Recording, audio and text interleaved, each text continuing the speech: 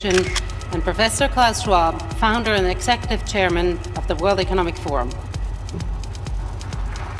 एक बहुत बड़े सेक्शन का कहना है कि पृथ्वी पर ऐसे लोग मौजूद हैं जिनका काम ही है देशों के प्रेसिडेंट्स और प्राइम मिनिस्टर्स का मर्डर करना। अगर वो देश वर्ल्ड बैंक और IMF की privatisation policies, rules and regulations को एक्सेप्ट ना करें, और इन लोगों को प्यार से और नफरत से कहा जाता है इकोनॉमिक हिटमैन। तो क्या सच में हमारे देश के प्रधानमंत्री को और किसी भी प्रधानमंत्री या प्रेसिडेंट को हर वक्त जान का खतरा बना रहता है? आज इंडिया में पहली बार YouTube के प्लेटफॉर्म पर ये बेहद ही बड़ा खुलासा किया जा रहा है। अब आपकी जिम्मेदारी है ये फैक्ट्स हर भारतीय तक पहुंचने चाहिए, क्योंकि आज 2022 में ये बातें सबका जान लेना बेहद ही जरूरी हो चुका है।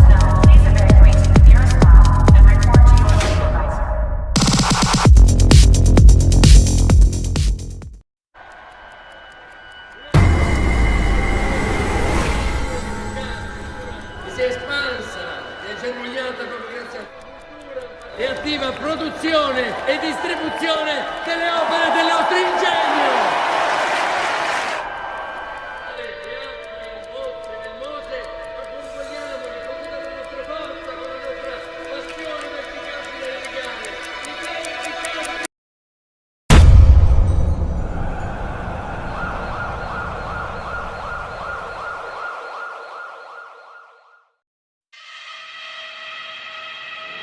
और अब आप ये ग्राफ ध्यान से देखिए, बहुत ही ज़्यादा इम्पोर्टेंट वीडियो है।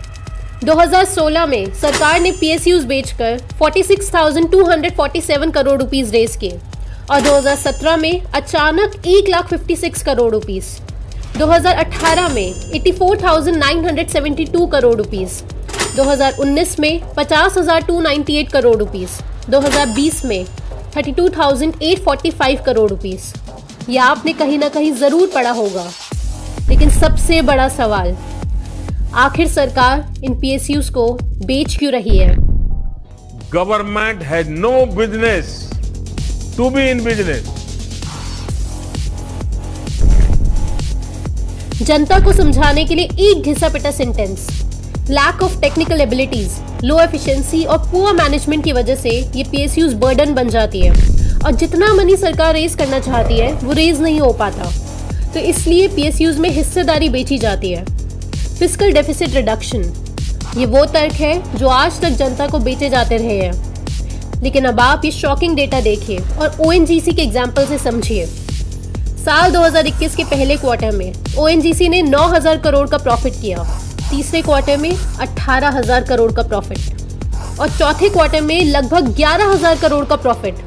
यानी पूरे साल 2021 में ONGC का प्रॉफिट आया 44.13 थाउजेंड करोड़, जो साल 2020 में सिर्फ 11,000 करोड़ था।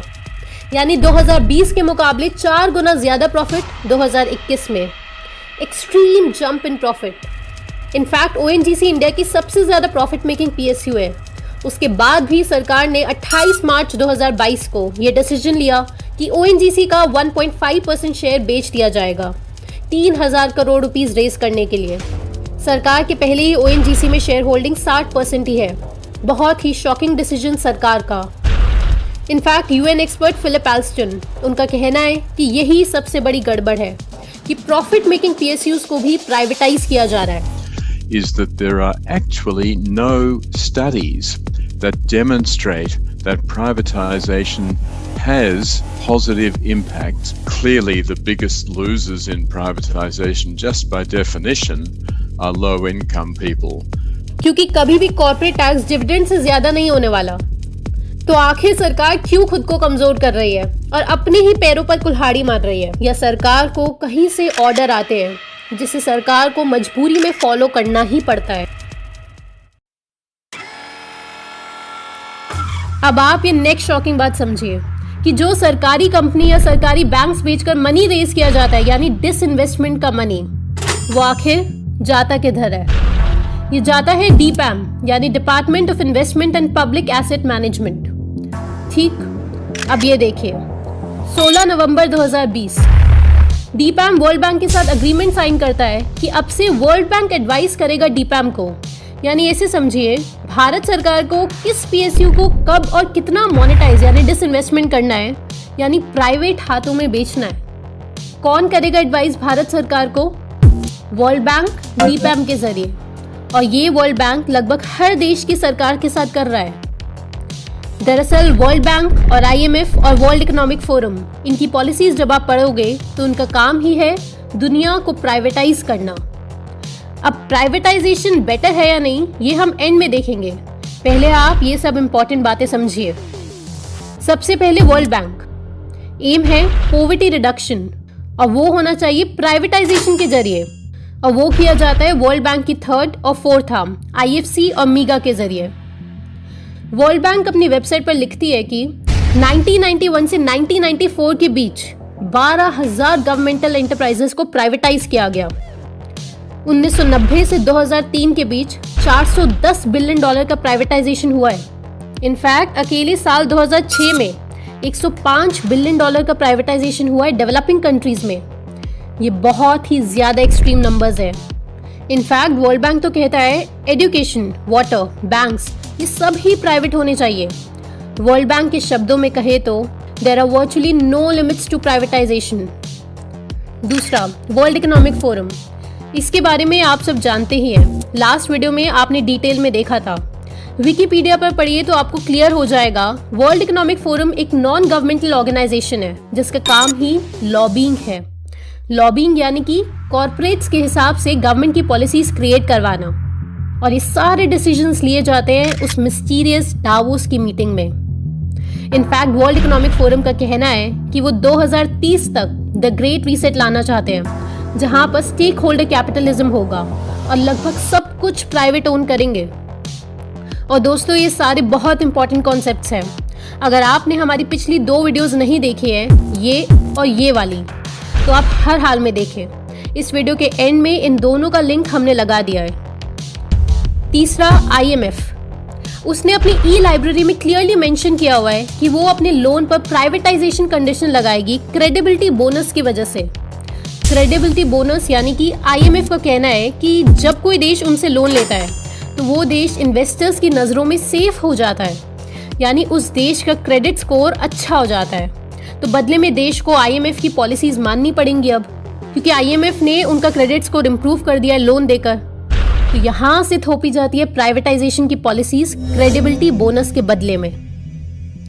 आप ये एक एग्जांपल देखिए। 2018 में आईएमएफ ने गवर्नमेंट को वार्निंग दी थी और कहा था कि जल्द ही बैंक्स को प्राइवेटाइज कर लो, और रिपोर्ट निकाली कि privatisation will take care of the governance issue. और आज बैंक्स प्राइवेटाइजेशन आपकी आंखों के सामने शुरू हो चुके हैं। बैंक्स कर्मचारियों की प्रोटेस्ट शुरू हो चुकी है।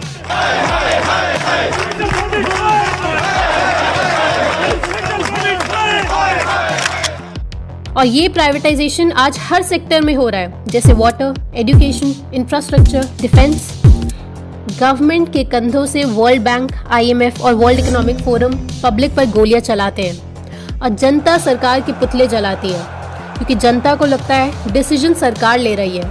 लेकिन अधिकतर डिसीजन ट्रीटीज, अग्रीमेंट्स और एमयूज के जरिए देशों पर थोपे जाते हैं, क्योंकि कैपिटलिज्म के मॉडल में गवर्नमेंट की मजबूरी होती है लोन लेना, क्योंकि सरकार और जनता के दिमाग में भरा गया है कि डेफिसिट बजट ही बनाना चाहिए डेवलपमेंट को पुश करने के लिए, और as a result international organisations अपनी पॉलिसीज थोप पाते हैं। ये जो 3 ऑर्गेनाइजेशंस आपने देखी, इनके मेन एम्स में से एक बहुत बड़ा एम है ज्यादा से ज्यादा दुनिया प्राइवेटाइज हो जाए, जिसके थ्रू वो बोलते हैं द ग्रेट रीसेट आएगा, जिसका मोटो है you will own nothing and you will be happy by 2030, जिसमें वो दुनिया को पूरा प्राइवेटाइज करने की प्लानिंग समझा रहे हैं।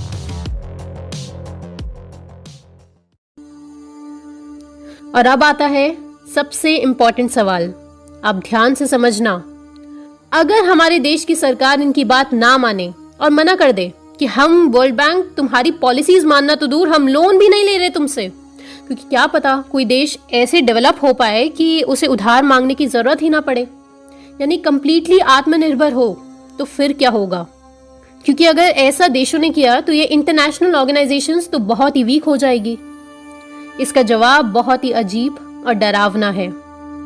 जॉन पर्किंस, जो कि एक इकोनॉमिक हिटमैन रह चुके हैं, जिनका काम होता है किसी भी हालत में देशों पर लोन चिपकाना ताकि देश डेट ट्रैप में फंस सके। और अगर कोई प्रेसिडेंट या प्राइम मिनिस्टर लोन लेने से मना कर दे तो उस नेता का मर्डर कर दिया जाए। जी हाँ, मर्डर।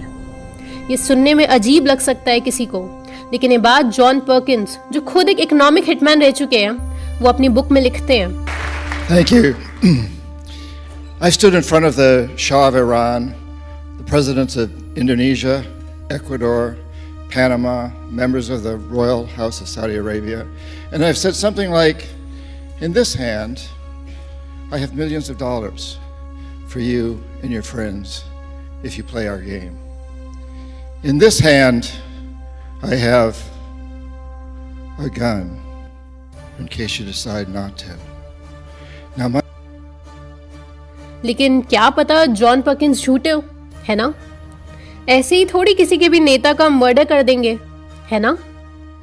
तो आप ये देखिए, यूएसए और इजराइल पूरी दुनिया में अकेले ऐसे दो देश हैं जहां गवर्नमेंट की ऑफिशियल पॉलिसीज का हिस्सा है असैसिनेशन, जिसे टारगेटेड किलिंग भी कहा जाता है। जी हाँ, ये गवर्नमेंट की पॉलिसीज का हिस्सा है। आप यूएस कोड 50 इसके अंडर ये सब पढ़ सकते हैं। अब नेक्स्ट आप ये देखिए, ये CIA के ऑफिशियल डॉक्यूमेंट्स जो हाल ही में डीक्लासिफाई किए गए हैं, जिससे पूरी दुनिया को फाइनली स्पष्ट हो गया है कि हाँ, यूएसए इकोनॉमिक हिटमैन को हायर और ट्रेन करती है, जिसका काम होता है कि अगर कोई भी देश की सरकार पॉलिसीज के अगेंस्ट जाए तो उसका असैसिनेशन किया जाएगा। पर्किंस कहते हैं कि लिबिया के गद्दाफी के साथ भी हम लोगों ने ठीक यही किया। दरअसल लिबिया के पास बहुत ज्यादा गोल्ड और ऑयल था, जिससे लिबिया इनके कंट्रोल से बाहर जा रहा था। और सबसे बड़ा इशू, लिबिया के बैंक में 100% गवर्नमेंट की ओनरशिप थी, यानी कि किसी भी तरह से वर्ल्ड बैंक और IMF लिबिया में घुस नहीं पा रहे थे। और अमेरिका के लिए सबसे बड़ा खतरा, गद्दाफी गोल्ड दिनार नाम की नई करेंसी ला रहे थे पूरे अफ्रीका और अरब नेशंस के लिए, जो गोल्ड और पेट्रोल से बैक थी। और ये इन इंटरनेशनल ऑर्गेनाइजेशंस और वर्ल्ड बैंक को निश्चित ही धराशायी कर देती। ये एलिट्स जान चुके थे। They love me, all my people with me. They love me all. But if they do love you, They will die to protect me, my people. and as for stepping down or leaving Libya, 20 October 2011 Gaddafi का murder हो गया और उनके आखिरी शब्द थे कि US की कॉन्स्पिरेसी ने मुझे मारा है। इक्वाडोर और पनामा भी एक्सट्रीमली सेल्फ डिपेंडेंट होते जा रहे थे नई ऑयल फील्ड डिस्कवरीज की वजह से, और इस वजह से वो इंटरनेशनल ऑर्गेनाइजेशन की थोपी हुई पॉलिसीज जैसे कि प्राइवेटाइजेशन, पेट्रो डॉलर, इन डील्स को एक्सेप्ट नहीं कर रहे थे।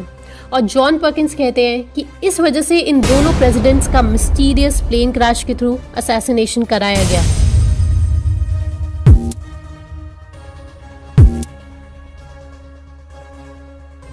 तो क्या इंडिया के हेड्स के साथ भी ये होना संभव है? दोस्तों, भारत बहुत पावरफुल देश है। डेफिनेटली इंडिया के लीडर्स के साथ ये करना बहुत मुश्किल है, क्योंकि अगर ऐसा कोई इवेंट हुआ तो ये वर्ल्ड वॉर के लिए ट्रिगर इवेंट भी बन सकता है। लेकिन एक्सपर्ट्स का कहना है कि ये इतना भी असंभव नहीं है। इनफैक्ट आप जानकर हैरान होंगे कि कुछ डिकेड्स पहले जब इंडिया इतना पावरफुल नहीं था, तो कुछ एक्सपर्ट्स के हिसाब से इस हिट लिस्ट में जवाहरलाल नेहरू का भी नाम शामिल था। लेकिन आज 2022 में डायनामिक्स बिल्कुल बदल चुके हैं और अब इनका बहुत बड़ा हथियार हो चुका है लॉबिंग और साइकोलॉजिकल वॉरफेयर। मीडिया की मदद से अपनी पसंद की सरकार खड़ी करना और गिराना, जिसका असला और बारूद आपके हाथों में रखे हुए मोबाइल फोन्स हैं। नेक्स्ट टाइम आप जब किसी भी सरकार को कोई अजीब डिसीजन लेते हुए देखते हैं तो उसे इंटरनेशनल लेवल पर चल रहे बिग पिक्चर के साथ देखिएगा। आप ये दोनों वीडियोस जरूर देखें। बहुत ही इंपॉर्टेंट है कि आप ये जान लें कि सारा सिस्टम आखिर चल कैसे रहा है। आप यहाँ पर क्लिक कर लीजिए।